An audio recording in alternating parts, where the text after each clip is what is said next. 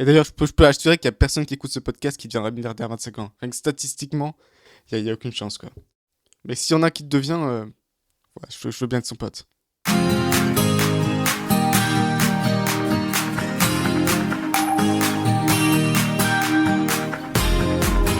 Vous écoutez le podcast Nomade Digital, l'émission de ceux qui veulent prendre le contrôle de leur temps et de leurs revenus pour pouvoir vivre et travailler n'importe où dans le monde. Chaque semaine, venez discuter entrepreneuriat, productivité et voyage avec deux gars qui le vivent au quotidien.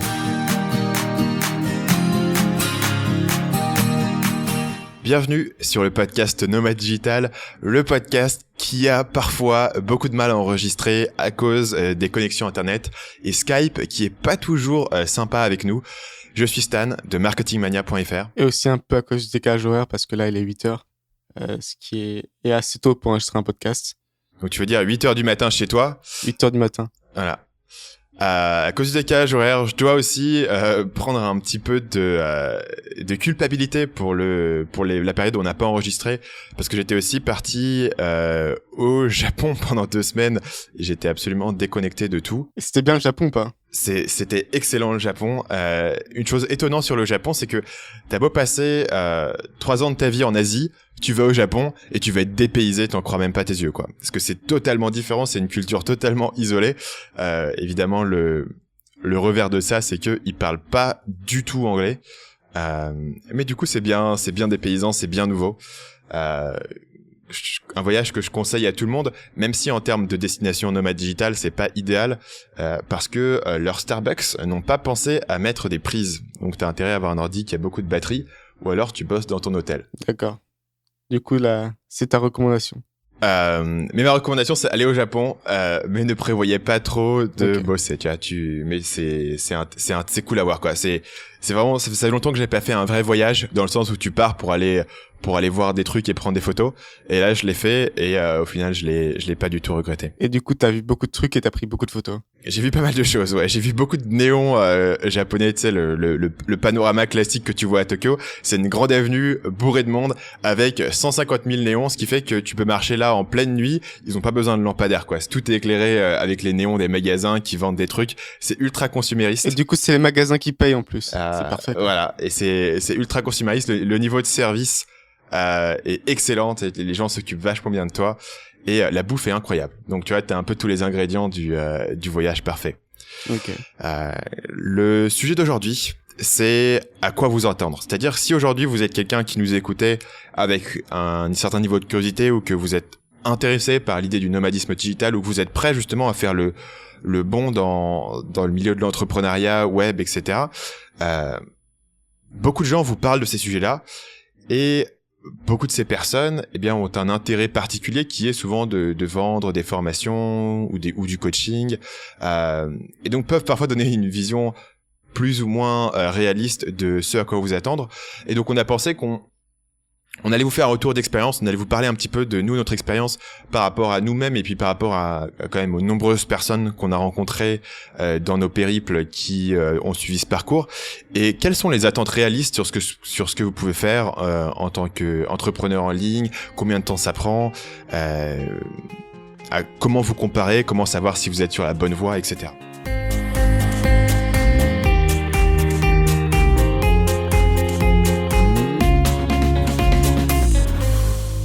Donc premièrement, Paul, un sujet qu'on voulait commencer, c'est parler de la réalité du terrain. Donc concrètement, t'estimes que t'as rencontré combien de nomades digitaux dans ta vie ? Quelques centaines ? Je dirais une petite centaine, ouais, sûrement par là. Voilà, une petite à centaine. Qui j'ai parlé donc au moins, ça fait... Parce que si c'est juste les croiser, ça sert pas à grand chose. Tu communiques pas avec comment on appelle ça ? Handshake. Putain. Une poignée de main. Ça. Et pourtant t'es celui qui vient de rentrer en France et hors France, hein, donc t'es vraiment la caution linguistique maintenant de l'émission. Je t'ai passé le bâton. Donc voilà, mettons que t'as rencontré une centaine de personnes. Moi, c'est probablement un petit peu plus. Ça te donne quand même une certaine vision du parcours que les gens prennent, du temps qu'ils ont mis pour arriver à un revenu indépendant. Moi, une chose qui m'a toujours pas mal frappé, c'est que les gens allaient progresser à des vitesses assez différentes. Donc il y a des gens qui vont très rapidement pouvoir faire le switch et très rapidement pouvoir monter un business. Il y en a d'autres pour qui ça va prendre plus de temps. Moi, je faisais partie de ceux pour qui ça a pris pas mal de temps. Et je pense que un des grands différentiels entre les deux, et je pense qu'il y en a plusieurs, mais un des grands différentiels et celui sur lequel je voudrais vraiment appuyer, c'est tout simplement le niveau des compétences, quoi. Si tu commences et que tu n'as aucune compétence qui est utile sur le marché, eh bien non seulement tu dois monter ton business, ce qui est en soi difficile, mais en plus tu dois te former, tu dois apprendre toutes les compétences sur le tas. Ce qui est faisable, et moi c'est ce que j'ai fait, mais c'est pas forcément le plus facile. Et si tu compares ça à quelqu'un, mettons, qui a travaillé en agence référencement et qui veut devenir freelance référencement, bah il faut quand même monter une clientèle et c'est pas facile, mais au moins il a les compétences qui sont derrière, il a quand même une compréhension des mécanismes, quoi. Il part pas totalement à l'aveugle. C'est ça, et souvent c'est pour ça que je remarque dans tous les cas, les gens sous-estiment le temps que ça leur a pris pour en arriver là, en fait. Moi, je me suis rendu compte que je te dis toujours comme date, en gros, mars 2014, parce que c'est là où j'ai lancé mon premier site. Mais si tu remontes un peu avant, toi, j'avais lancé un peu des business, j'ai fait de la vente sur eBay, depuis les trucs de Chine, des trucs vachement galériens qui apportaient pas grand chose, mais toi, ça faisait partie déjà de l'expérience acquise, quoi. Mais donc t'as appris à trouver des produits en Chine, à sourcer les trucs, à comprendre la qualité, à parler à un fournisseur. Ouais, je contrôlais pas la qualité, c'était vraiment de la merde ce que je vendais, mais ce sera pour une anecdote, mais du coup, oui, me s'en rendre compte. Mais du coup, t'as monté une compétence. Voilà. T'as monté une compétence qui est importante, tu vois. Et donc dans le cas des gens qui par exemple passeraient de freelance salariés à leur propre agence, en réalité ils ont déjà 10 ans d'expérience, quoi. C'est pas comme si, je pense, parce qu'on a l'idée quand on devient entrepreneur, on tout repart à zéro, ce qui est pas forcément vrai. Un autre exemple qui me vient à l'idée, je parlais tout à l'heure du Japon, donc ça m'a fait une connexion. Il existe un gars dans la communauté du Dynamite Circle, qui est un forum business, et ce gars-là a une belle histoire de succès parce que il a monté un business de voyage au Japon. Donc en fait, si vous êtes un touriste qui a pas mal d'argent et que vous voulez aller au Japon et avoir vraiment le package complet, expérience, machin, les temples, les trucs traditionnels, vous pouvez aller voir ce mec, vous lui payez une certaine somme qui est assez élevée et il va vous organiser votre voyage. Et en fait, lui, sur sa première année de business, il a atteint $1 million de chiffre d'affaires, sachant que c'est quand même un business qui est en soi assez difficile à scaler, hein, parce qu'il y a quand même c'est des clients, il faut quand même pas mal de main d'œuvre, il faut s'occuper d'eux, il faut organiser beaucoup de choses, etc. Et très rapidement, il a réussi à monter un business qui fait 1 million. Et en fait, si tu regardes, quand même, c'est un beau succès. Comment ce mec en est arrivé là? Tu découvres que ça fait il me semble 3 ans ou 5 ans qui bossait dans un tour opérateur, qu'il avait les contacts, les compétences, il comprenait son marché, tu vois. Donc en gros, il arrive sur le marché et il a déjà toutes ses compétences, toute son expérience. Il lui reste à exécuter, c'est beaucoup de travail, mais au moins il est pas en train de réinventer la roue pendant qu'il fait le boulot. Et ça, c'est un truc qu'on voit très souvent, je trouve. Parmi les gens qui sont un peu plus âgés que nous, un peu plus expérimentés, il arrive souvent que tu vois des gens qui finissent leurs études, ils vont passer 5 ans, entre 5 et 10 ans, mettons, à bosser dans une boîte X ou Y, ils décident de devenir entrepreneurs, et bien souvent, si ils jouent bien leurs cartes, ils vont récupérer les compétences qu'ils ont appris dans leur métier, et ils vont le réappliquer. Et ces gens-là, bien souvent, vont grimper plus vite en termes de revenus et de chiffre d'affaires que quelqu'un qui vraiment part de zéro et doit se former comme moi j'ai dû le faire, par exemple. Et je pense du coup c'est une excellente raison, notamment si vous êtes encore dans les études ou même vous êtes encore au boulot, d'essayer de développer un maximum de compétences qui vous serviront plus tard quand vous voulez vous lancer pour de vrai. Et je pense moi je le mettrais d'une autre façon, c'est-à-dire commencer le plus tôt possible. Même si vous pensez ne pas avoir de temps, si vous pensez que c'est quelque chose qui vous intéresse dans le futur, si vous êtes en études, commencez le plus tôt possible à faire des choses. C'est comme ça que vous allez apprendre. Et ça se fait même si elles vous rapporteront rien, ce sera ça. Il y aura des acquis quand même. Et je vais donner peut-être un autre parallèle qui peut être intéressant. Il y avait une interview récente sur le podcast de Tim Ferriss avec un monsieur qui s's'appe David Heinemeier Hansson, qui est un programmeur. Elle est super bien cette interview. Ouais. Elle dure 4 heures, un truc de ouf, mais elle est super intéressante. Ouais. Ce qui était intéressant, c'est que lui il a inventé un framework de programming qui s'appelle Ruby on Rails, qui est réputé dans le monde entier. Beaucoup de gens l'utilisent. Il y a des startups entiers qui ont été montés là-dessus. Twitter a été construit avec Ruby on Rails. Donc en gros, il a inventé un élément majeur de l'environnement de programmation actuel. Et ce qui est intéressant, c'est de voir comment il a appris. Il explique que lui, il a pas appris en allant à l'université pour le programme, parce qu'il a fait autre chose à l'université, mais il a appris en fait parce qu'il avait ses propres sites et il était en fait forcé au fur et à mesure de devoir apprendre comment programmer un truc ou un autre parce qu'il avait un besoin concret sur le moment. Donc il avait besoin de faire mettons un formulaire d'inscription à son site, et ben il devait apprendre comment gérer ça, comment avoir une base de données, comment envoyer un email de confirmation, etc. Et en fait, il apprend comme ça sur le tas à faire de la programmation et tu peux un peu tout apprendre comme ça. Tu n'as pas besoin d'être comme à l'école, de passer 6 mois ou 1 an ou 2 ans à apprendre de façon théorique en te disant plus tard je vais appliquer. Tu peux faire un truc, te dire putain j'ai un problème, je vais apprendre maintenant. Ça, c'est vachement intéressant, je trouve, parce que ça te note souvent une différence assez fondamentale entre beaucoup de gens. C'est qu'il y a des gens qui ont plus de facilité à étudier, en fait, à étudier de façon donc totalement théorique. Moi, j'y arrive pas. Il y a des gens justement qui ont plus de facilité quand il y a un problème à essayer de le résoudre. Et donc, en le résolvant, ça se dit ça, en le résolvant, ouais, à acquérir les mêmes compétences. Et du coup, dans ce cas de figure, c'est beaucoup plus facile. Ouais. Le concept que j'avais entendu formuler une fois, ça s'appelle just-in-time learning. Donc, apprendre juste au moment où tu en as besoin. C'est basé sur le concept des usines automobiles qui avaient un système de production juste au moment. Donc, au moment où un client passe la commande, on va produire la voiture. Et le raisonnement derrière, c'est que ça permet de ne pas avoir trop de stock. Et en fait, si tu appliques ce concept de just-in-time learning, tu apprends au moment où tu fais quelque chose. Donc, mettons que tu sois en train de créer un nouveau produit sur telle chose, c'est là à ce moment-là que tu vas t'intéresser au design, et plus tard, au moment où ton produit se lance, c'est là où tu vas t'intéresser aux réseaux sociaux. Tu vois, donc du coup, tu te concentres sur un sujet à la fois et tu l'appliques, et c'est sans doute une meilleure façon d'apprendre. Pour revenir sur la question de la réalité du terrain, un point qu'on a déjà mentionné dans des épisodes précédents et qui est intéressant de rementionner, c'est qu'en plus de tes compétences, en plus de ton talent naturel, et en plus du travail que tu vas mettre dans ton business, t'as aussi une question de chance.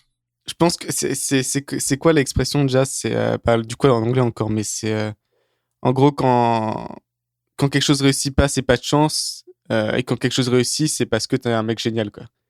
Et c'est un peu le biais psychologique qu'on a, alors que dans les deux cas, il y a un facteur chance, c'est dur de le mesurer, mais il est présent et tu peux des fois faire tout ce qu'il faut, et finalement t'as pas de chance.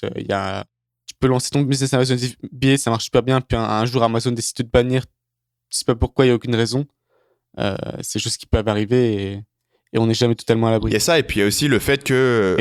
Et aussi le cas inverse, le cas de vraiment avoir de la chance, effectivement. Voilà, le gars, il y a des gars encore aujourd'hui qui montent un blog et qui dans la première année vont faire 150 000 € de chiffre d'affaires, ils existent. Ceci dit, si tu commences à voir un gars comme ça et tu te dis ok, vu que ce mec-là l'a fait, moi c'est sûr que je peux le faire, tu manques le fait que peut-être que le mec a trouvé le créneau parfait au parfait moment et qu'il a décollé rapidement. Voilà, donc c'est pas une garantie de succès. Il est toujours possible de réussir, mais il y a des facteurs, et je pense que un des éléments qui est important pour moi dans cet épisode, c'est que c'est assez dangereux de te comparer aux autres. C'est vraiment quelque chose qui peut te décourager ou te donner des attentes irréalistes ou te donner l'impression que t'es pas au bon endroit, alors que tu sais pas toujours quels sont tous les facteurs qui existent derrière eux. Moi, tous les matins, ce que je fais, c'est que vu qu'on a un âge pas si différent, je me compare avec Mark Zuckerberg. Donc j'ai un petit fichier Excel avec chaque fois la date et je compare ma fortune personnelle comparée à sa fortune personnelle, et je peux vous dire que ça se rapproche, hein. Encore quelques dizaines de milliards, j'y suis, quoi. Voilà. Mais je prends l'exemple de Mark Zuckerberg parce que c'est l'exemple parfait. Le mec qui est devenu milliardaire à 25 ans, c'est dur à battre, quoi. Tu peux être un mec génial, tu peux tout faire bien, mais bon, ça, faut la petite étincelle qui fait que tu deviens milliardaire à 25 ans. Et d'ailleurs, je peux assurer qu'il y a personne qui écoute ce podcast qui deviendra milliardaire à 25 ans. Donc, statistiquement, il y a aucune chance, quoi. Mais s'il y en a qui devient, je veux bien être son pote. C'est une belle offre, Paul. C'est un beau sacrifice de ta part. Je trouve ça vraiment admirable. Donc parlons des facteurs déformants. C'est-à-dire que bon, d'abord, je pense qu'un des éléments importants, c'est que la plupart des gens qui nous écoutent, pas tous, mais la plupart, n'ont pas forcément de contact ou de gens qui sont relativement proches d'eux, qui ont monté un business en ligne ou qui sont devenus nomades digitaux. Ce qui fait que tout d'un coup, les seules personnes que tu peux voir qui parlent de ces sujets-là, c'est les gens comme nous qui sont en ligne, qui en parlent, qui ont des podcasts, qui ont des vidéos. Et il faut savoir que, en règle générale, plus quelqu'un est visible, plus il a tendance à avoir du succès. Donc t'as ce qu'on appelle du coup le biais du survivant, c'est-à-dire que tu vois surtout les gens qui ont réussi, tu vois surtout les gens qui ont réussi gros, parce qu'en général plus ils réussissent, plus ils vont être visibles. Et plus on va parler d'eux et plus les gens vont avoir envie d'être en contact avec eux. Et donc les gens que tu vois qui sont visibles sur internet sont pas forcément représentatifs de l'échantillon des gens qui ont lancé un business. Ouais, j'ai quelque chose à dire par rapport à ça. Maintenant, faut que j'ouvre une image rapidement. Je sais pas si tu connais Bob Burnham, c'est un comédien en Angleterre. Ouais. En Angleterre, aux États-Unis. Et en gros, il est passé sur le Conan, le show de Conan, qui est aussi assez connu. Qui est un talk show américain. C'est ça. Et il a dit un truc vachement intéressant, je trouve, c'est qu'il a dit que faut pas écouter les conseils des gens comme lui, qui ont été très chanceux. Toi, c'est comme Taylor Swift et ça, c'est quelque chose qu'elle a dit, qui a dit, faut quoi qu'il arrive, faut suivre ses rêves. C'est comme un gagnant de loterie qui vous dirait, vends tout ce que t'as, mets tout dans la loterie, quoi. Faut distinguer ça, c'est que les personnes qui ont réussi peuvent elles-mêmes ne pas avoir conscience qu'elles sont des survivantes, en fait. Elles peuvent penser, moi j'ai suivi mes rêves, ça a très bien marché pour moi, tout le monde devrait faire ça. En ignorant un peu le facteur chance. Et aussi le facteur que Taylor Swift avait des parents super riches qui ont pu tout lui payer, et ainsi de suite, quoi. Est-ce que tu as vu le spectacle de Bob Burnham qui s'appelle What? W-A-T. Je n'ai pas dû le voir en entier, mais j'ai sûrement dû voir des extraits parce que je l'aime beaucoup. Ouais. Et c'est alors je conseille à tout le monde, donc je vais faire une section lifestyle anticipée à ce moment-là parce que tu le mentionnes. Mais moi je suis assez fasciné par les comédiens de stand-up. Déjà comment on l'appelle Bob Burnham? Attends. Pardon. C'est B-O espace B-U-R-N-H-A-M. Donc c'est marrant parce que ça veut dire jambon fumé, son thème, j'ai pas remarqué, quoi. Effectivement. Il me semble que son show qui s'appelle What, donc W-H-A-T, est disponible sur YouTube, sur sa chaîne YouTube en fait. Alors là, tu prends vraiment l'audience pour des débiles, quoi. Et non, mais parce que son show, il l'a mis lui-même sur sa chaîne YouTube. Et donc tu peux aller le voir et c'est génial et c'est super bien. Ah non mais c'est pas ça. C'est surtout que t'as appelé What quand même. Parce que tout à l'heure j'ai dit, en fait, parce que tout à l'heure je l'ai mal appelé. Tout à l'heure j'ai dit W-A-T parce qu'il me semblait que c'était ça, mais en fait il y a un H en milieu. Donc voilà, avec un point derrière. Une bonne raison. Donc j'ai une bonne raison, je corrigeais mon erreur précédente. Et moi je le conseille vraiment parce que je suis assez fasciné par le stand-up en général. Et lui, il est jeune en plus. Et il a totalement... il a fait un truc que tu n'as vu nulle part ailleurs. C'est ultra drôle. Et c'est très... il y a beaucoup de musique dedans, c'est très musical. Ce qui me faisait un peu penser à ce que faisait Gad Elmaleh au début des années 2000. Le second facteur déformant que j'ai un peu mentionné tout à l'heure, c'est la question que beaucoup de gens qui vous expliquent comment réussir sur Internet ont souvent un incentive, une motivation à le faire apparaître plus facile que ça n'est, ou en tout cas à mettre en avant les cas de gens qui réussissent bien, parce que souvent ils ont quelque chose à vendre qui fait le lien avec qui fait le lien avec comment est-ce que vous allez réussir. Et en fait, il y a assez peu de gens qui vont parler de leur parcours entrepreneurial sans avoir aucune motivation derrière, ou sans avoir rien à vendre, ou sans avoir vraiment rien à y gagner. Et je dirais que c'est d'ailleurs le gros problème des podcasts que je remarque, c'est que, et c'est là où c'est vachement intéressant, c'est d'avoir quelqu'un sur un podcast qui a aucun intérêt d'être là, en fait. Donc tu veux dire nous, quoi, on a aucun intérêt d'être là, c'est pour ça qu'on enregistre une fois sur deux. C'est pour ça, mais sur Tim Ferriss, t'as des fois alors que, notamment par exemple, parlons web, Alors je vais revenir, je te coupe juste une seconde, c'est vrai que j'ai remarqué ça que quand tu écoutes un podcast et ça comme Tim Ferriss, tu remarques que les invités les plus intéressants sont effectivement ceux qui n'ont rien à promouvoir. Et que dès qu'ils ont un livre à promouvoir, un film, etc., ils sont pas forcément aussi intéressants parce qu'ils essayent de caser leur livre et leur film à chaque fois. C'est ça, et notamment, il y avait un excellent podcast qui était, maintenant qui s'est arrêté, il me semble, c'est Parlons Web, qui était très bien parce que les interviews étaient bien faites, mais le problème fondamental, podcast donc français. C'est un podcast français par Xavier Jalérand que vous pouvez trouver sur iTunes. Mais le problème fondamental, c'est que notamment en France, si tu veux trouver des invités de podcast, ils ont tous quelque chose à vendre, quoi. Et donc, tu n'auras pas... J'ai eu le même problème sur Marketing Mania. Donc Marketing Mania au départ faisait beaucoup d'interviews et effectivement tu as le problème de comment tu trouves des gens intéressants Parce que je demandais à mes assistants, trouve-moi des mecs intéressants, j'ai pas besoin que ce soit des gourous du marketing web, etc. Question, comment est-ce que tu trouves des gens intéressants qui savent de quoi ils parlent, et comment t'alimentes ton émission? Les gens que tu vas trouver, c'est les gens qui parlent de leur succès, qui parlent de leur technique, etc. Parce que les autres ont tout simplement rien à gagner, parce que du coup, ils dévoilent un peu ce qu'ils font, ils risquent ça tire nos concurrents, ça tuerait peut-être une attention pas nécessaire. Donc la seule raison pour laquelle tu participerais à un podcast, t'as rien à vendre, c'est soit par altruisme, par dire et partager, soit par, je sais pas c'est quoi la deuxième raison. Donc pour le prestige, je pense, tu regardes un podcast comme Mixergy, par exemple, donc un podcast américain d'interview qui interviewe beaucoup de fondateurs, d'entrepreneurs, etc. Mixergy a un bon prestige, Andrew, il a un très bon réseau, donc il est possible de mettre ces gens-là en avant, mais c'est énormément de travail et c'est effectivement assez difficile de les pousser à raconter des choses.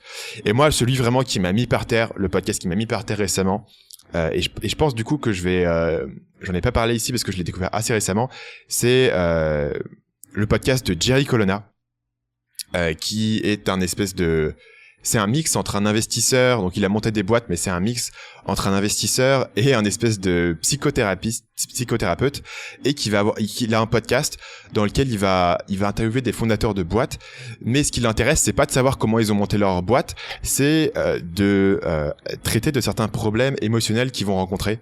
Et donc il y avait un podcast entier sur l'histoire d'un gars qui avait monté une boîte qui fonctionnait bien, et vraiment il était partagé entre le fait de est-ce qu'il fallait scaler la boîte et faire un truc énorme et dominer le monde, ou est-ce qu'il préférait aller plus dans une direction lifestyle et pouvoir passer plus de temps avec sa famille. Il était un peu tiraillé par la culpabilité entre les deux, et Jerry Colonna va aller à fond là-dedans et essayer de l'aider à avoir un peu de clarté là-dessus. Et vraiment, le mec était en larmes dans le podcast. Et c'était pas, tu vois, c'est pas faux, hein. C'est vraiment, voilà. Je mettrai, ça semble intéressant, je mettrai le lien dans l'article du podcast. Voilà. Et pour le coup, là, c'est vraiment un podcast, donc faut parler anglais encore une fois, mais qui te donne vraiment l'arrière des coulisses. D'une façon qu'on a très rarement vu. Et l'autre fois, je pense, où on l'a vu en termes de podcast, c'est la première saison du podcast Startup, qui donnait aussi un aspect très émotionnel, très derrière les coulisses, que tu vois presque jamais. Enfin, moi, quand j'ai écouté la première saison de Startup, dont on a déjà parlé dans cette émission, je pense, à plusieurs reprises, j'avais vraiment l'impression de voir quelque chose de totalement inédit en termes de...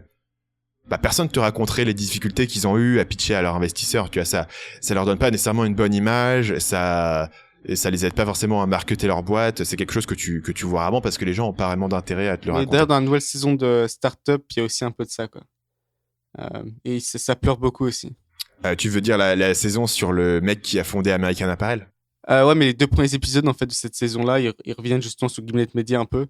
Et le mec, t'avais écouté cet épisode-là où, en fait, il parle il va voir un psychothérapeute, pareil, un psychothérapeute d'entreprise, donc ça peut c'est lui d'ailleurs. Il va voir Jerry Colonna. Il va voir Jerry Colonna. C'est lui, c'est le même. Ouais. Et il commence à parler de sa relation avec ses parents, tout ça. Exactement. Et du coup, il voit les liens et il commence à pleurer.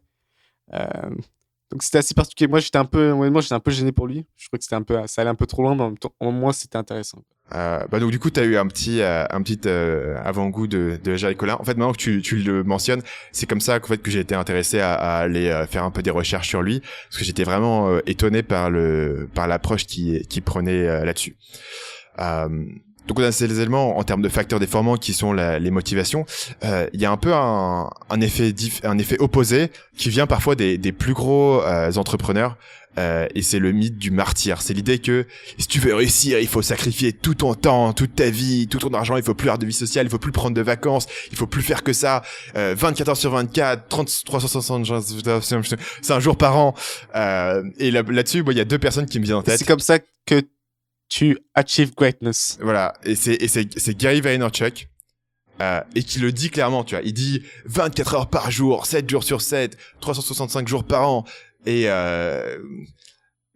pour moi, c'est un peu un standard qui est impossible à accomplir, quoi. Mais surtout que c'est ce qui est marrant, c'est apparemment, enfin, c'est ce qu'il dit, il connaît Mark Zuckerberg, et il devrait savoir que Mark Zuckerberg, il travaille 8 heures par jour, jamais plus.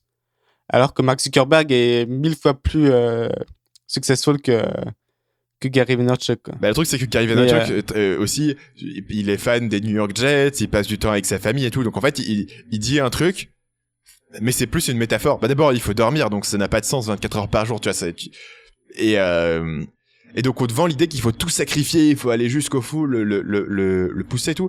Et c'est peut-être vrai, franchement, si tu veux monter un business comme ce que Gary Vaynerchuk fait, tu as une agence, enfin c'est méga dur. Mais la plupart des entrepreneurs, enfin moi je connais pas beaucoup d'entrepreneurs, c'est-à-dire zéro, que je connais personnellement, qui bossent, tu vois, qui bossent ce type d'heures sur le long terme. Quand tu commences, surtout que tu fais vite face à un problème, c'est que tu peux avoir 16 heures productives, quoi. Ouais. Tu vas peut-être faire 3 heures productives, après 13 heures un peu bof. Après, je pense que les gens ont quand même des capacités génétiques variables en termes de boulot, tu vois. Et vraiment, le mec après, qui me vient à l'esprit, tu vois le boulot de Gary Vaynerchuk, tu comprends bien qu'en réalité, toute la partie opérationnelle, c'est pas lui du tout qui la gère, quoi. Bah, il disait d'ailleurs dans un podcast récent que il fait aucun travail entre guillemets, tout son travail c'est des meetings et tout. Il écrit même pas ses propres emails. C'est ça, il a même pas d'ordi en fait, il est juste sur son téléphone tout le temps. Moi, je me pose des questions en fait sur sa batterie, quoi. Ça, c'est un mystère pour moi, comment la batterie tient toute la journée. Ouais, il doit avoir demandé au mec qui tient la caméra de porter des packs de batterie supplémentaires. C'est possible. Ou alors il switch les iPhones, tu sais, comme le Pony Express, quand il y en a un qui marche plus, il en a un autre. Mais en même temps, c'est exactement. En même temps, il fait ce qu'il faut faire, c'est-à-dire qu'il y a un truc où il est excellent, c'est le marketing, et du coup, tu mets tout là-dessus, quoi. T'essaies même pas de. Marketing, et peut-être qu'il est plutôt doué avec les gens, toi, donc il gère aussi un peu la partie ressources humaines pour motiver les gens, et voilà. Je pense qu'il est brillant avec les gens et que c'est sa principale force. Parce que pour monter le business qui monte en termes d'agence, c'est entièrement insupportable, quoi. C'est-à-dire que c'est impossible que tu lui dises un truc qui le ramène pas à lui. Ça, tu vois dans toutes les conversations qu'il a, ça arrive jamais que quand tu lui dis un truc, il le ramène pas à lui. D'ailleurs, les gens le critiquent beaucoup dès qu'il a une interview dans son émission. Et tout le monde dans les commentaires pète un cap parce qu'il interrompt trop son interview, la personne qui est interviewée. Mais je pense que il est insupportable pour toi vu de l'extérieur, etc. Mais je pense vraiment que les gens qui bossent avec lui au plus proche ont une vraie dévotion, tu vois. Quand tu vois la façon dont les gens interagissent avec lui à l'écran et dans son équipe, ils ont une vraie dévotion, ils ont une vraie admiration pour lui et ils ont vraiment l'impression qu'il est à leur écoute. Et je pense que ça c'est vrai. Pour moi, c'est pas un speed. Surtout, ce qui est fondamental, c'est que comment dire. Il dit ce qu'il fait, il fait ce qu'il dit, quoi. C'est-à-dire que vraiment, tu peux confirmer qu'il travaille. Tu vois, c'est pas comme si c'était un boss qui travaille 2 heures par jour et qui te demandait des tonnes. Lui-même, il y met tout ce qu'il peut, quoi. Voilà. Donc ça, forcément, ça crée un respect naturel, je pense. Ceci dit, je pense que pour aller sur un sujet plus large et pour revenir au facteur déformant en question, moi, j'ai franchement largement diminué ma consommation de contenu par Gary Vaynerchuk. Il fut un temps où je l'écoutais tous les jours et je l'ai largement diminué. Et la raison pour laquelle je l'ai diminué, c'est parce que il me rendait trop coupable. Vraiment, là, à force de répéter, il faut bosser tout le temps, il faut y aller à fond, etc. J'avais l'impression que je devais vraiment bosser tout le temps et ne jamais rien faire d'autre.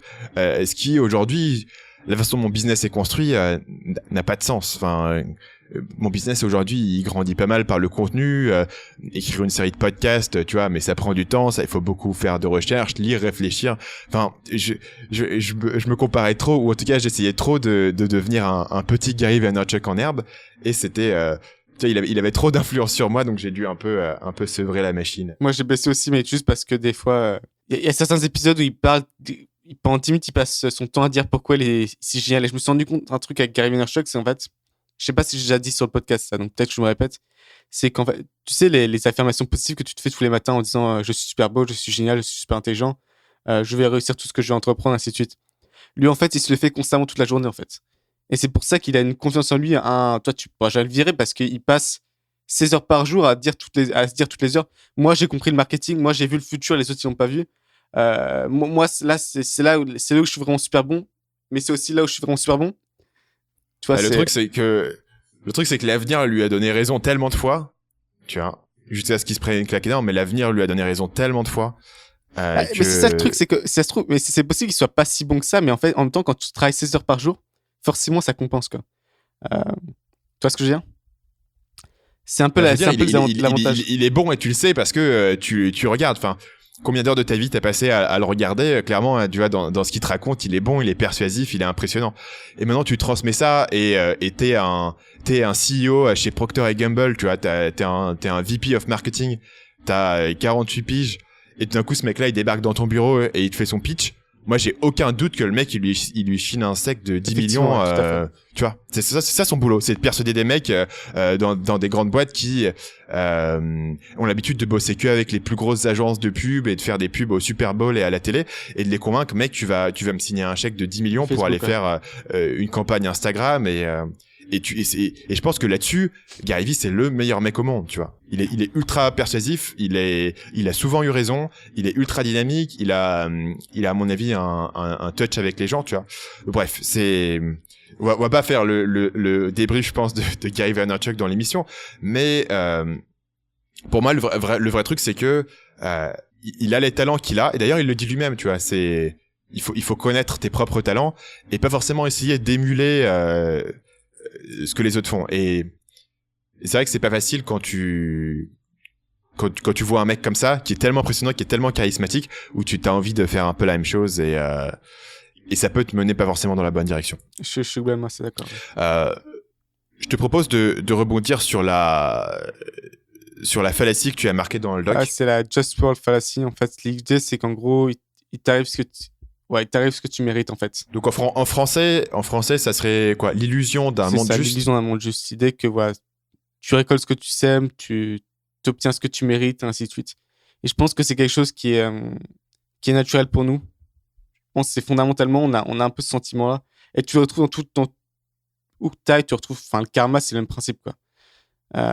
C'est l'idée que le karma, mais aussi sans aller aussi loin, simplement l'enfer, tu vois, les gens qui ont été gentils iront au bon endroit, etc. Ce qui est intéressant, le karma, c'est quand même pendant ta vie, alors que l'enfer, ce qui est intéressant, c'est en gros, tu dis, tu peux faire toutes les merdes du monde et peut-être qu'effectivement tu ne seras pas chopé et qu'il t'arrivera rien de mal pendant ta vie. Par contre, quoi qu'il arrive, quand tu mourras, tu iras en enfer. En fait, je suis pas sûr qu'on comprenne bien comment fonctionne le karma. Je me demande si le karma, c'est pas juste quand tu te réincarnes dans Scarabée. Je suis pas un expert du tout. Moi non plus.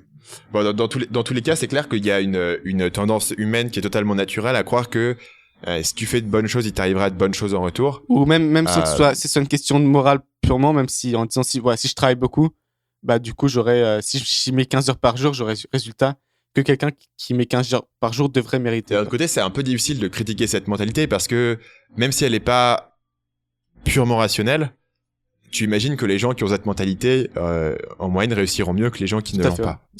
En fait, il y a une corrélation, c'est sûr, mais elle est pas linéaire, quoi, tout simplement. Effectivement. Du coup, quand on parle de corrélation non linéaire, on remet essentiellement l'idée de la chance et du timing de tout à l'heure qui peuvent multiplier tes résultats. Et aussi peut-être de l'aspect stratégique aussi. C'est-à-dire que c'est pas parce que entre travailler 16 heures sur quelque chose et travailler 16 heures sur autre chose, vous n'aurez pas le même résultat du tout, quoi. Donc, effectivement. Donc peut-être réfléchir avant de se lancer. Donc le troisième et dernier point dont on voulait parler dans cette émission, on a appelé ça « Pourquoi limiter ses attentes ?» La première idée qu'on avait notée dans le document, c'est une petite formule mathématique. Attention, c'est du haut niveau de maths, donc il faut avoir un docteur en maths pour la comprendre. Satisfaction égale résultat moins attente. Et ça serait l'idée que ta satisfaction ou ton bonheur dans la vie, en fait, est relatif et il dépend pas mal de ce que tu attends. Et la raison pour laquelle je trouve ça assez persuasif, c'est de te dire que si aujourd'hui tu vivais dans une maison sans eau courante, sans électricité, sans chauffage, tu serais malheureux. Et pourtant, il y a 500 ans, même le roi de France, il avait pas l'eau courante, il avait pas l'électricité, etc. Et pourtant, tu vois, il y avait forcément des gens qui étaient heureux dans le passé. Donc tout est relatif, j'imagine, aux attentes que tu as pour ta vie. Ce qui conduirait à dire que plus tu as l'impression que le monde te doit des choses et que plus tu as de grandes attentes pour ta vie, plus tu vas avoir tendance à être insatisfait par la suite. Effectivement, et ça va un peu avec l'idée du... Donc en anglais, ça s'appelle hedonic treadmill. En français, ils ont été malins, ils l'ont traduit en adaptation hédonique parce que tapis roulant hédonique, ça sonnait moins bien.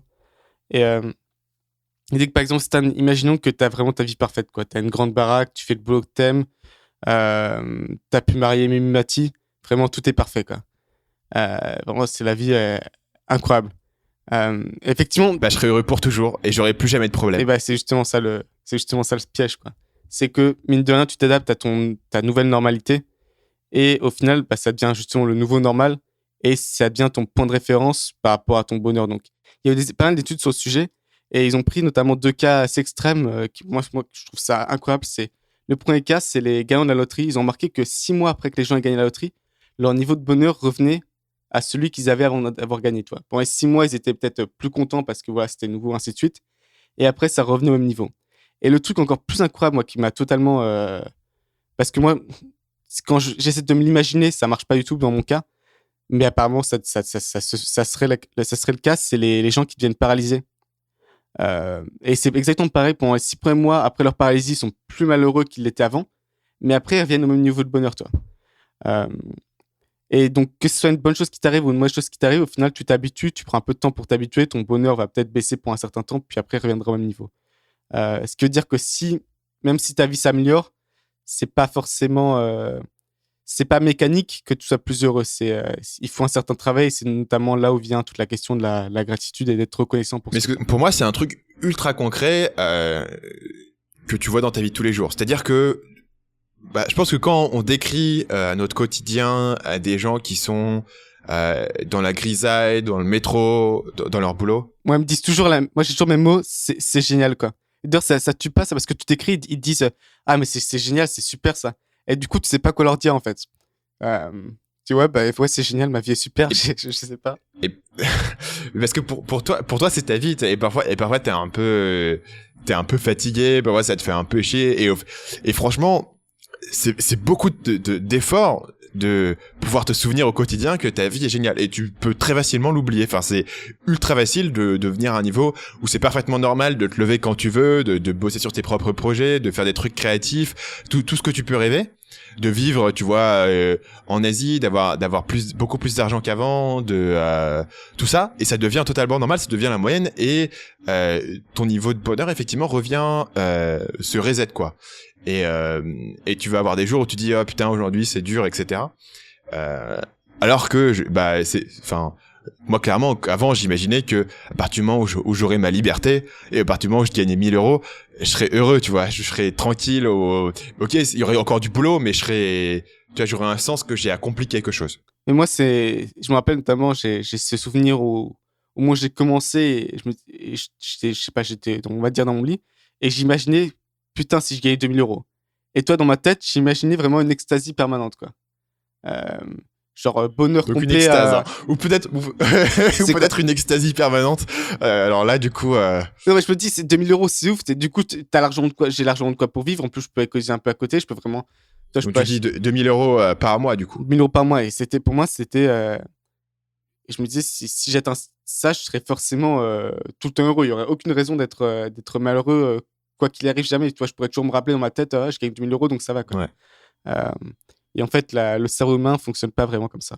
Et tu sais, moi j'ai un peu le même phénomène aujourd'hui. C'est bizarre parce que tu répètes les mêmes patterns, mais aujourd'hui je me dis, tu vois, si seulement j'avais mis suffisamment d'argent, tu vois, de côté dans la bourse ou je sais pas quoi, pour ne plus jamais avoir à m'inquiéter de l'argent. Alors là, parfaitement, je serais totalement libre de mes inquiétudes. Tu vois, j'ai le même truc qui se reproduit, et en fait, t'es obligé chaque jour. C'est pour ça, je pense qu'on parle aussi souvent dans ce podcast de la gratitude. Je pense vraiment que la gratitude, on en parle dans chaque épisode. On va faire le bingo du podcast Nomade Digital, tu sais, avec gratitude, anglicisme, etc. Et c'est parce que t'as vraiment besoin de la pratiquer tous les jours pour pouvoir apprécier ce que tu as. Et voilà. Et ce que ça veut dire pour les gens qui nous écoutent, c'est que c'est pas parce que vous atteignez vos objectifs que vous allez être heureux pour toujours. Et d'un autre côté, pour moi, le pendant de cette pièce-là, c'est que si t'es pas capable d'être heureux à un niveau où tu es aujourd'hui, changer tes circonstances ne veut pas forcément changer ton niveau de bonheur. Et c'est là justement où le concept nomade digital rentre en jeu, parce que beaucoup y vont pour ça. Même si je dis honnêtement, être nomade digital en soi te rendra pas forcément heureux. Par contre, changer totalement de vie et justement te créer un petit choc, ça peut contribuer à justement une certaine croissance, quoi. Mais moi, par contre, ce qui m'intéresse vachement, c'est que tu vois par exemple, aux Philippines, tu vois plein de mecs, en fait, qui ont ça, notamment la classe la plus pauvre, qui ont ça en eux, en fait. Le concept d'être, voilà, de satisfaire de ce qu'ils ont, d'être reconnaissant, d'être content. Et tu vois qu'en fait, après, il y a un énorme trou sur notamment toute la classe moyenne ou même en France, où les gens passent vraiment ce concept-là. Et en fait, tu retrouves ce même concept après sur les gens qui ont pas forcément le plus réussi, mais qui ont le plus réfléchi, tu vois, comme nous. On y a plus réfléchi que 99,99% de la population. Et donc, c'est un truc qui semble être naturel et qui, pour une certaine raison, disparaît à partir d'un certain niveau de succès et que tu dois retrouver toi-même ensuite. Est-ce que ça te parle, ça? Est-ce que c'est clair? J'ai l'impression de parler un peu dans le... Ouais, non, ça me parle beaucoup. Et en fait, c'est quelque chose, j'y avais jamais pensé comme ça. Et effectivement, c'est frappant. Quand tu entends, mais même, t'imagines que quand les gars étaient chasseurs-cueilleurs, tu vois, l'humanité au départ, ils étaient pas, si seulement j'avais une télé, ou si seulement j'avais des économies, ou tu vois, c'était pas un concept qui leur parlait. Et donc, du coup, ils pouvaient juste apprécier le moment, apprécier ce qu'ils avaient ou ce qu'ils avaient pas. Et effectivement, je pense que c'était pas forcément idyllique, hein, mais ce que je veux dire, c'est que c'est probablement quelque chose que, comme tu l'as dit, qui est naturel, et on peut passer beaucoup d'efforts. On a déjà parlé du stoïcisme dans cet épisode, mais le stoïcisme, c'est un effort pour pouvoir récupérer cette sensation-là, même quand tu es dans une circonstance différente. Après, c'est un petit moment anticapitaliste, mais je pense que c'est un des problèmes fondamentaux, c'est aussi qu'on passe ton temps à te dire, voilà, pourquoi ça c'est pas assez, pourquoi c'est pas assez, pourquoi il te faudrait plus. Et que c'est pas seulement au niveau consumériste, c'est au niveau des relations, c'est vraiment à tous les niveaux, quoi. Au niveau des voyages, par exemple, ça, on te le vend. Toi, en même temps, je révélerai un nouveau ici, c'est assez cliché à dire, mais je pense que ça reste vrai, c'est qu'on te bombarde constamment de ça. Donc du coup, passons à la conclusion de cet épisode. Je pense qu'une des inquiétudes qu'on avait ensemble en préparant le plan de cet épisode, c'était de pas être trop pessimiste ou de pas être trop négatif, parce qu'on avait déjà fait un épisode, la réalité sur gagner de l'argent en ligne, qui je pense avait peut-être manqué un peu d'équilibre sur ce point-là, c'est-à-dire qu'on avait pu être assez critique sur certains points, avec raison, mais sans forcément l'équilibrer. Donc là, on voudrait un petit peu équilibrer cette conclusion. Je pense que le but de cet épisode, c'est pas de donner l'idée que rien ne peut s'améliorer, que c'est juste une question de chance. C'est plus peut-être de connecter avec un épisode qu'on a fait précédemment sur le stoïcisme et de voir en quoi, essentiellement, ce qu'on a parlé aujourd'hui, c'est des concepts qui ont été identifiés il y a très longtemps par des philosophes comme Sénèque, par exemple. Et c'est l'idée que ton bonheur ou la réussite que tu peux avoir dans la vie ne dépend pas uniquement de faire X millions ou de devenir Mark Zuckerberg ou de lever de l'argent, etc. Et que au final, la vie te doit rien, et que c'est ok si tu vois avec le niveau auquel tu es, et que la meilleure façon probablement d'être heureux ou d'atteindre une certaine satisfaction dans ta vie, c'est de continuer à poursuivre des objectifs et de pouvoir apprécier le processus lui-même de la poursuite des objectifs. Et que quand tu commences à te dire que je serai heureux quand j'aurai un business qui fait X argent et jusque-là je serai malheureux, tu risques d'être déçu au moment où tu atteins ton objectif.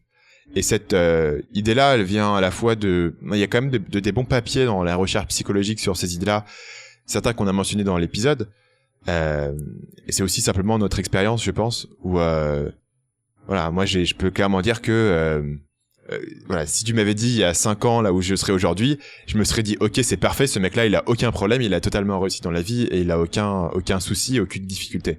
Et la vérité c'est que t'as toujours des soucis, t'as toujours des difficultés, et que si tu apprends à apprécier ce processus de construction, ce processus de résoudre des problèmes, c'est là où tu commences vraiment à pouvoir tirer une satisfaction dans ta vie qui est plus profonde que simplement de te dire que tu gagnes plus d'argent que ton voisin. Surtout que d'un point de vue purement mathématique, tu passes 99% de ton temps à travailler sur l'objectif et 1% du temps à vraiment avoir réalisé l'objectif. Donc, si tu es heureux seulement au moment où tu réalises l'objectif et après tu es encore malheureux jusqu'au prochain, tu t'en sors pas vraiment, quoi, de façon assez évidente. Ce que tu veux dire, c'est que si ton objectif c'est de gagner, mettons, 100 000 euros, toute la période où tu vas avoir moins de 100 000 euros, tu dis, ah putain, j'ai pas encore mon objectif. Le jour où tu gagnes 100 000 euros, ouais, t'es super content, c'est la fête pendant 24 heures. C'est bon, et ouais, t'es super content. Et le lendemain, non, tu dois partir sur 1 million, quoi. C'est ça. Donc, en anglais, ils disent enjoy the process, et en français, donc apprécier le process, et c'est quelque chose je pense, de fondamental, ouais. Voilà, donc on a réussi finalement à finir cet épisode sur une note positive, et que je pense c'était le but. Pour moi, penser de façon nuancée sur ces idées-là, c'est quelque chose qui m'a beaucoup aidé à améliorer mon niveau de bonheur. Et tu vois, pour moi, c'est pas quelque chose de pessimiste. Au contraire, c'est quelque chose de rassurant. Et je pense que si les gens passent un peu de temps à réfléchir et à méditer là-dessus, ça peut faciliter le processus de démarrage ou ou le fait de réussir. Et tu t'en rends compte beaucoup en France, ouais. Notamment en France, c'est assez flagrant des gens qui semblent avoir tout ce qu'il faut et qui pourtant voient vraiment tout ce qui va pas. C'est assez impressionnant à quel point tu peux. Notamment, moi, je le vois beaucoup avec les personnes un peu plus âgées. C'est que si toute ta vie, tu as passé ton temps à te concentrer sur ce qu'elle n'est pas, vraiment, après, ça devient un réflexe psychologique et il n'y a plus que ça, quoi. Et moi, je trouve ça. Moi, c'est un truc qui m'attriste beaucoup. C'est du coup, c'est. Tu pourrais penser qu'avec l'âge, tu aurais une certaine sagesse, un certain recul sur la vie, mais de mon expérience, c'est pas vraiment vrai, quoi. C'est souvent un peu le contraire. Je pense qu'il y a certaines personnes qui l'ont et d'autres personnes qui ne l'ont pas. Je pense que c'est pas... Mais ça m'attriste un peu parce que je trouve que c'est un peu du gâchis même à 60, 70 ans de pas être capable de vraiment d'apprécier la vie tout simplement et c'est pas plus compliqué que ça en fait. Effectivement. Et sur ces mots sages où deux gars qui ont la vingtaine apprennent à des gens de 80 ans comment vivre, on va passer à la section lifestyle. Paul, qu'est-ce que tu nous recommandes Ce que je recommande tout le temps, c'est peut-être un bon bouquin là-dessus en fait, juste parce que c'est donc le bouquin déjà s'appelle How to Get Filthy Rich in Rising Asia. Et donc pareil, je mettrai le lien. Donc en français, ça serait comment devenir salement riche, ultra riche dans l'Asie en développement. Dans l'Asie salement montante, riche, ouais, c'est ça. Et ce qui est intéressant, c'est qu'exactement, en fait, bah, du coup, je vais pas vous spoiler non plus. Donc c'est un auteur pakistanais qui s'appelle, on va chercher son nom. De toute façon, je le mettrai aussi dans l'article, pas de souci. Ouais. Mais en gros, il retrace la vie d'un petit entrepreneur qui devient un peu plus gros. Putain, je spoil, je suis en train de spoiler, merde. En même temps, c'est pas très important. Bon, c'est un... Ah, c'est dur, ce bouquin-là, sans spoiler, c'est dur, quoi. C'est dur, ouais. Donc voilà, ça raconte l'histoire de quelqu'un qui a des objectifs de gagner de l'argent et on raconte un peu sa vie. Et l'auteur s'appelle Mohsin Hamid. Et c'est assez intéressant parce que notamment sur la fin, tu vois une certaine sérénité qui justement est contraire de ce que je disais avant à une certaine sagesse. Ouais. Mais ça montre un peu, moi, ce qui me fascine, c'est que donc dans cette histoire-là, le mec, au final, il finit par être facile 1% de plus successful dans son pays, tranquillement. Et pourtant, tu te rends compte qu'il meurt, en fait, il reste plus rien, quoi. C'est peu importe à quel point tu peux réussir dans ta vie, de toute façon, au final, ça n'aura aucune importance. Mon père a une expression, il n'y a pas de poche dans les linceuils. Effectivement. Et moi, je pense que ça va même plus loin parce que notamment, il y en a beaucoup qui parlent de legacy, donc d'héritage, enfin, qu'on se souvienne de ton nom, en fait. Mais même ça, c'est très superficiel, en fait. Je veux dire, good luck pour que dans 100 ans, on se souvienne de ton nom. Ouais, mais même si on se souvient de ton nom, déjà, t'es pas sûr qu'on se souvienne des bonnes choses, tu vois, que tu sois vraiment représenté. C'est plus vraiment toi, en fait. C'est juste la figure. La figure, on s'en souvient. Tu deviens un symbole. Donc, bref, c'est aussi un peu le truc, on inventerait non plus, c'est un peu évident. Mais je trouve que c'est assez libérateur. Tu peux le voir ça de façon plutôt négative, mais tu peux le voir de façon assez libératrice. Encore une fois, c'est l'idée que t'as qu'une vie, autant en profiter sans forcément la sacrifier pour quoi que ce soit, parce que ça vaut pas le coup. Ça vaut pas forcément le coup de la sacrifier. Je pense que c'est encore un équilibre. C'est un équilibre vachement tendu à avoir, parce qu'en même temps, tu peux pas. Si tu vis de façon totalement, qu'on appelle ça, hédoniste, ça. Hédoniste, ouais. Si tu vis de façon totalement hédoniste, tu vas te tirer une balle dans le pied pour le futur. Donc, tu peux pas faire ça parce que tu vas être malheureux dans le futur. Mais, ouais, ça n'a pas forcément du sens de sacrifier non plus son présent totalement pour le futur. Moi, je vais appuyer la recommandation de ce livre. D'ailleurs, j'ai été presque surpris de pas en avoir parlé dans le podcast par le passé parce que moi, je l'ai lu, ce livre, il y a à peu près 1 an. Et il m'avait retourné le bide. Je rajouterais juste ça, ouais. Il est génial ce bouquin. Moi, il est facile à lire, le style est. Ouais, non, c'est peut-être ça aussi, c'est que je passe mon temps à lire des trucs de business, le style est dégueulasse. Ce livre, il est marrant, il se lit super bien, l'humour est excellent. Honnêtement, l'humour, c'est jamais évident, c'est toujours un peu entre les lignes, et c'est excellent, quoi. Je le recommande vraiment. Fortement recommandé. Si vous lisez l'anglais, si vous avez un petit peu de temps pour un livre de fiction qui va vous apprendre plus sur la vie, franchement, que la plupart des livres de développement personnel à la con qui existent. Mais c'est ça qui est assez. Moi, je l'avais cherché longtemps, mais je voulais pas le lire parce que, en fait, j'avais vu beaucoup de gens le recommander, mais je voyais le titre et je faisais c'est la merde ce titre. Toi, pour moi, c'était justement un truc de marketing à la con. comment devenir salement riche dans l'Asie montante. Moi, j'avais pas compris que c'était de la fiction, en fait. Et du coup, je voulais pas le lire et c'est de la fiction. Honnêtement, très sincèrement, je pense que c'est le meilleur livre que j'ai lu depuis facile 1 an, quoi. Il est excellent. Donc, s'il y en a un à lire, en plus, c'est pas très long. Je pense qu'il se lit en 1 ou 2 heures. Donc, à recommander. Effectivement, je ne peux que appuyer cette recommandation. Moi, je vais recommander autre chose. Donc, c'est quelque chose que j'ai sans doute évoqué déjà dans le podcast par le passé, mais j'avais pas parlé de cette application en particulier, il me semble. C'est les applications pour suivre tes habitudes où tu peux mettre en place. Donc, t'as dans ton application, tu listes tes différentes habitudes et ensuite chaque jour, quand tu fais l'habitude, tu la coches. Et tu coches chaque fois que tu fais une habitude. Et le concept d'origine de ce truc-là a été développé par un comique américain qui s'appelle Jerry Seinfeld.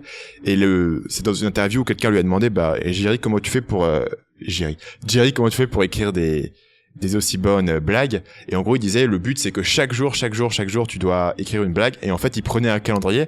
Et chaque jour où il faisait son travail, il allait cocher la case dans le calendrier. Et assez rapidement, ce qui se passe, c'est que tu commences à avoir une chaîne de 7 jours, de 10 jours, de 30 jours, et tu veux pas la casser, donc t'es obligé de continuer. Et alors moi, je fais partie de ces gens j'adore regarder des chiffres monter. Tu sais, je suis quelqu'un qui peut regarder les analytics pendant des heures, j'adore regarder des chiffres monter.